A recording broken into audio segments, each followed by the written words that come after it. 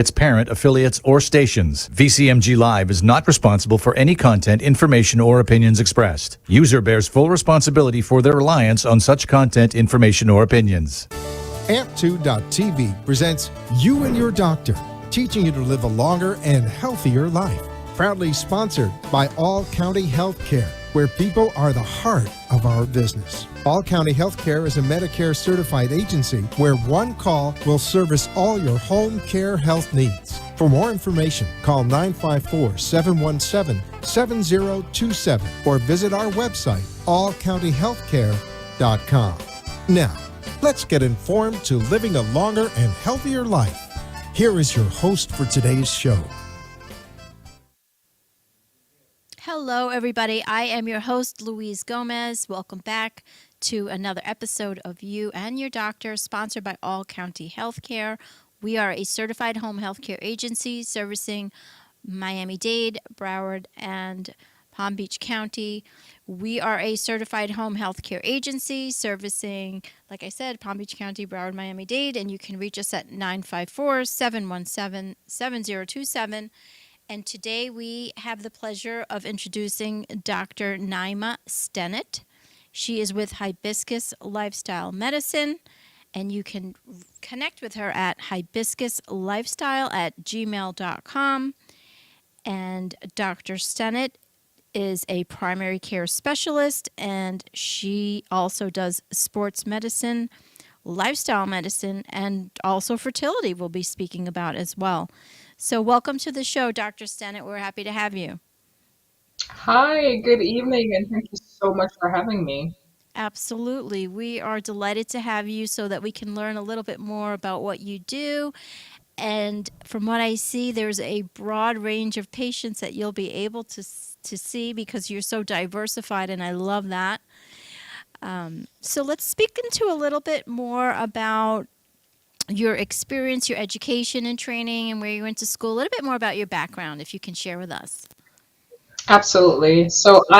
From the deep south, I call it, Jamaica, Oh, and I love I it. made my way over to the United States by getting awarded a volleyball scholarship. And so I was a student athlete, more athlete student. And Uh-huh. I pursued my education in medicine, of course. I went to North Carolina Central University in Durham, North Carolina for my undergraduate and master's, then went on to do medical school at East Carolina University. And, um, and then after did my family medicine residency at University of Miami. Oh, So I'm very nice. familiar with Florida. And then I Mhm. went back up to North Carolina to do a fellowship in sports medicine. And then I made my way back down to Florida because I missed that warm weather. And Good. so after that, while here in Tampa working at University of South Florida Health, I got introduced to lifestyle medicine, and I recently did some bodybuilding myself. And with bodybuilding, if you don't know, it emphasizes a lot with sleep, nutrition, and exercise, which is three of the six pillars of lifestyle medicine. And so for me, bodybuilding helped me to pursue a goal I had, but it also helped me to inform my patients a little bit more about things that they can do to improve their health in the long run. So that makes perfect sense. You were an athlete, and so that was one of the I would imagine, doing sports medicine, it's all interrelated, and now you're a bodybuilder. So congratulations to you on that. And I can see now how it all encompasses with the whole, everything sports medicine and lifestyle medicine. It's really all interrelated. And you, as a bodybuilder, I would imagine that the type of people that you come and see are either professional athletes or athletes that are wanting to take it to the next level of their journey, of their career. Is that right? Yes, so I have the pleasure of working with USF Athletics and also the University of Tampa Women's Soccer. And so I do see a lot of young athletes. And for me, it not only keeps me young, I feel like, Yes. but it also allows me to start from where they're more impressionable in a sense, and I constantly have to remind them that you're as good as your recovery and the importance of fueling their body because they're performing at such high level. And Mm. not only do I see USF athletes, but I see what I call the weekend warriors, right? Oh yeah. The older population or wiser population, I would say, that may do half marathons or they may, do small 5Ks or Mm. different sports and activities. They may enjoy golfing, cycling.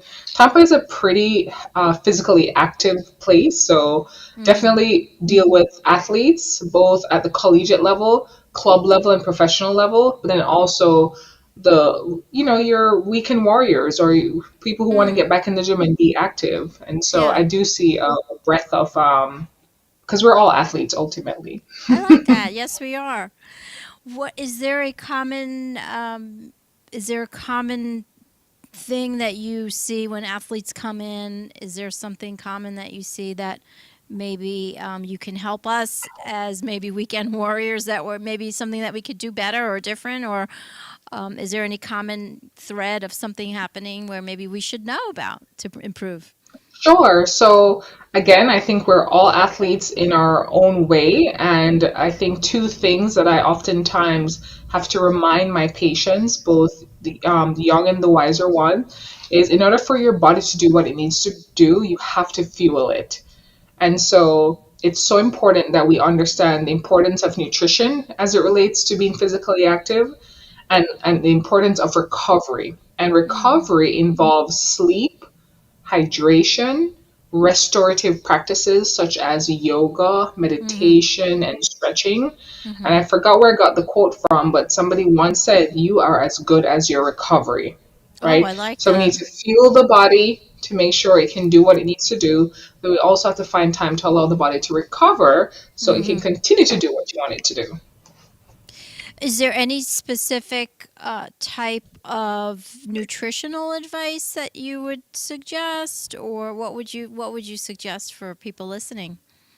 Sure. So we can start with the basic. Mm-hmm. So there's a lot of conversations about what is the best fluid to drink, right? And when it Yes. comes to hydration, unless you are doing an hour of strenuous activity where you're sweating, Right. water is your best source of hydration. And for Mm-hmm. some folks, water is boring, right? Yeah. So I would add a little crystallite in there. There's some Ivy. There's a brand called Ivy, I believe. I Mm-hmm. get mine at Sam's Club. So we can add that. But water is our biggest source of hydration. The Gatorade and those sugary sports drinks, in my opinion, those are for Yeah. intense physical activity. So we're Yeah. talking maybe half marathons, very prolonged workouts that involves a lot of sweating, Yep. especially in Florida with the temperature. Sure. You're sweating a lot, especially if it's outdoor. But outside of that, if you know you are not doing greater than an hour and you're not going to be sweating a whole lot, I would just stick with water. I Mm-hmm. do see young kids with the Gatorade and they're just drinking it like as a Yeah. part of their snack package. I feel like, we really could switch that out with water. So that's Yes. number one. Number two, carbs. We hear a lot of things. People think it's good, people think it's bad. Your body need carbs, and Right. so it's important that when you engage in a very strenuous activity, that you do have some carbohydrates, and that Mm-hmm. can be in the form of a fruit. It could be form of a protein, a peanut butter and jelly sandwich. There's very healthy alternatives when it comes to peanut butter or the bread that you're using. And so it's super important, again, to give your body that energy to perform the job that you want it to perform. Mm-hmm. And then lastly, when we think about fuel, it's not only carbohydrates, but it's also fats as well as protein. Mm-hmm. And I want to say that protein is actually the organ of youth. So the more lean muscle mass you have, is the longer you live. You'll decrease your percentage body fat. It will allow you to burn more calories. And so I'm happy that society is moving away from the idea of being thin to more the idea of being strong. Yes. Good paradigm shift, right? Hmm. Mm. And so, what are some good healthy fats that because people hear the word fat sometimes and it could be, back in the day, it was like, oh my God, you couldn't even, everything was no fat or. But now I believe people are now more aware that we do get to intake healthy fats. We do get to have foods that have healthy fats? What are some maybe that you would suggest to your athletes? Sure. So avocado, Yeah. nuts, so almonds, certain nuts have high quantity of fats in it. For those who are cheese lovers, there's vegan cheese options if you don't want if you don't do a dairy. I would say Greek yogurt, good Right. source of fat sometimes. The omegas, the olive oils, those are great sources of fats. Ultimately, we want to move away from things that are super processed, Right. and so unfortunately, that comes in the form of like fast food or Sure. foods with, multiple ingredients on the bag. If we could just limit most of our ingredients to 1 to 3, that would be Mm-hmm. great. Mm-hmm. Makes And who sense. doesn't love a good avocado toast? Oh, seriously, that is true. I know I do for sure. Um, so, Dr. Stennett, it's so amazing because I know that you're also doing obviously the lifestyle training, but you're also delving into fertility. I know you wanted to speak up into that. What made you interested in that? And if you could speak a little bit more about what your findings are and what your suggestions may be. Sure. So I think fertility is shifting from being such a taboo topic and being in my mid 30s and my friends are around the same age as me. I turned 35 recently, and You look whether you 25, are but go ahead. You look 25. Go ahead. I'll take it. I'll uh, take it. So I will say that, whether you're thinking about getting pregnant now or it's something in the future, it is a topic that fertility is a topic that affects not only us emotionally, but mentally, physically, economically. And sure. so I think I've seen also a paradigm shift where there's more conversations about women getting pregnant later on in life and Yeah. what treatments are available, and it kind of comes back, in my opinion, to a little bit of lifestyle medicine because oftentimes our inability to get pregnant can be linked to the things that are happening within our lives that we can control. Now, there's Hmm. factors that we can't control, right? Sure. So we all hear the term biological clock. Yeah. Unfortunately, the highest rate of infertility occurs in the age group of 35 to 39 among women, and Hmm. it's the lowest amongst women in the age group of 20 to 25. Okay. However, it should be noted that infertility is not a primary disease of women because men can also experience infertility. So, statistically speaking, if we go to the World Health Organizations, about 35 plus of women experience infertility, 25 to 35% of men, Wow. and as a couple it's about 30%. So if you think about it, it's like 30, 30, 30, right? Right. Wow. And Yeah. so I think it's super important that we have these conversations in our late 20s and before we get to that point where it is feeling rushed or you feel Hmm. overwhelmed Yes. because you're not able to get pregnant. Yeah. So, what would you suggest to people when they're just starting to think, maybe they're deciding, well, we think we're going to have a baby? What are some basic steps that maybe you can suggest to a couple that's looking to go down that path? What would be a basic steps? Sure, and I would like to highlight that in addition to couples, we have women who are doing single mom by choice, and Yes, even men who are doing fatherhood by by choice, I single like that. fatherhood by choice. Of course, this percentage is very low Okay, compared to sure. women who are doing single women by choice, but just as individuals, we want to make sure that we are at our healthiest. Mm, And that can simply mean doing that annual exam, making sure that there are risk factors that you're aware of, i.e., obesity, mm-hmm. maybe some unhealthy lifestyle practices such as smoking, alcohol Sure. consumption. So you want to make sure that you're at your best health. Number Mm-hmm. two, you want to make sure your labs, so those lab values such as your A1C that screens for glucose intolerance, which ultimately leads to diabetes, your Right. lipid levels slash cholesterol. You want to make sure your labs are within normal range. You want to make sure that you have a conversation on what a good, healthy nutrition type of diet looks like. You Mm-hmm. know, also, if you've never been an athlete or nobody ever really talked to you about exercise, understanding what some of the recommendations are, Right. especially for women, understanding that there are controllable and non-controllable factors that can affect their ability to get pregnant, and some Mm-hmm. of those things are preventable, such as obesity, for example. Sure. Sure. What would you? Oh, we have a quick commercial break. When we come back, I'm going to ask you some more questions about this. I'm enjoying this conversation. We'll be right back, Dr. Stennett.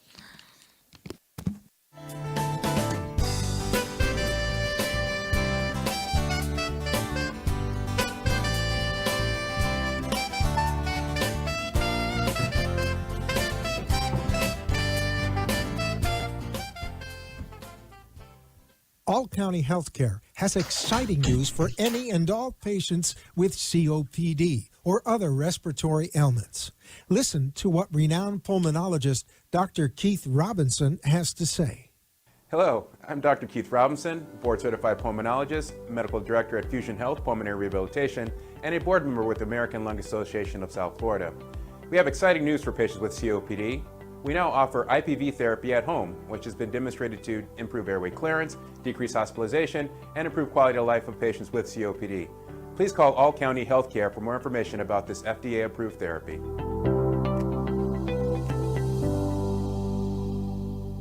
For further information, call All County Healthcare now at 954-717-7027. That is 954-717-7027, or visit our website at allcountyhealthcare.com. You can also find us on Facebook, YouTube, Twitter, Instagram, and LinkedIn. Remember, All County Healthcare always puts the patient's needs first. You are listening to You and Your Doctor, Living Longer and Healthier, an informative show that helps you find answers to questions you always wanted to ask, but did not have that somebody that could make a difference in your life.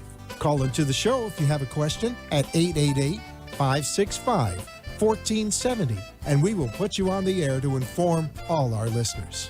Now, back to our show. Hi, everybody. Welcome back to You and Your Doctor. We are having a great conversation with Dr. Naima Stennett. You can reach her at hibiscuslifestyle@gmail.com. And Dr. Stennett, we were discussing fertility, and I was going to ask you a question. At what point does a couple or a person, let's say, looking to get pregnant, at what point would they say, you know what, I think I need to see a fertility doctor? When does that, Excellent. when does that Excellent happen? question. So, for women who are below the age of 35, I Yeah, would say that after 1 year of consistent, okay, unprotected, right, appropriately timed sex, if right. they have not gotten pregnant, then I would reach out to their primary care doctor who can start the process, and then who most likely will be referred to a fertility special. And for Mm, women who are greater than the age of 35, it's usually that 6 month mark, and even lower when you're over the age of 40. oh, So I wow. wanted to Yeah, point out that even though fertility can occur at any age, as long as you haven't reached menopause, right. and menopause is defined as the day you are 1 year from having a period, Mm-hmm. you can get pregnant. So there's a tagline that says, if you can bleed, you can breed. So if you're having a period, Oh, yeah. you can potentially get pregnant. However, as I mentioned earlier, infertility is not a primary woman's problem. It could be males that could be having issues too. And so, same goes for them. It is Right, super important that after 6 months to a year of trying, all things considered, there's no other medical conditions, right. that they reach out to their primary care doctor who can then potentially refer them to a fertility specialist. And so when they see a fertility specialist, is genetic testing a part of the process with maybe high risk people? Is that come into play? Sure, so it's going to be multifactorial. So when it comes to fertility, it is not black and white. And Okay. so there's multiple factors to consider, including your age, your family history, lifestyle things that you're doing, i.e., smoking, alcohol intake, caffeine intake, the medications that you might be on. Medical history is super important.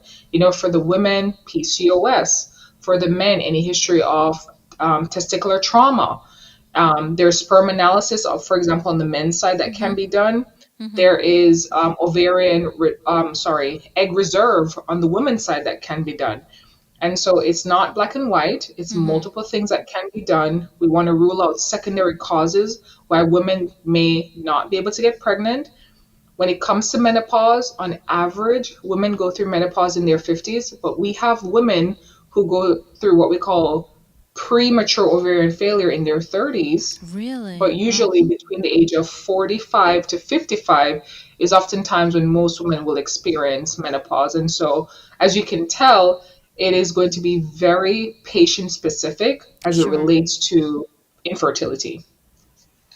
Yeah, that's interesting. And I what I really like is that you can see so many different patients, so that there could be multiple things going on, and you'll be able to treat them with for the fertility, for the sports medicine, for the lifestyle medicine. So I imagine going to see you would be an amazing experience, because you're able to target so many different domains of people's life and their lifestyle. Yes, absolutely. And I think that's the beauty of family medicine. We really do take care from cradle to grave, I would say. Mm-hmm. And if you think about all the different things that impact us, we don't work in a vacuum. We work with other specialists. Mm-hmm. Hence why fertility specialists are super important. So that's more like the OBGYN or the urology that we can then refer out if we need further testing and further expertise and guidance. But Mm-hmm. yes, I love it because again, I see people. We're like the gatekeepers, right? So you come and see us first, and then we can shuffle you on. But ultimately, we are our own quarterbacks. Okay, we have to be the quarterbacks of our lives. And so, as much as I have a breadth of knowledge that I can provide to patients, it's so important that patients do get informed. And there are certain websites that are reputable, Yeah. i.e., Mayo Clinic, Oh, nice. CDC, Mm-hmm. World Health Organizations. Okay. Most medical centers, such as USF Health, will have information for patients. Um, and so it's important that patients have their questions beforehand, so therefore the visit can be very productive in a sense, because if you come on a visit where, for Right. example, as a woman you're doing a pap smear, that will consume most of the visit and your questions may not be answered. Sure.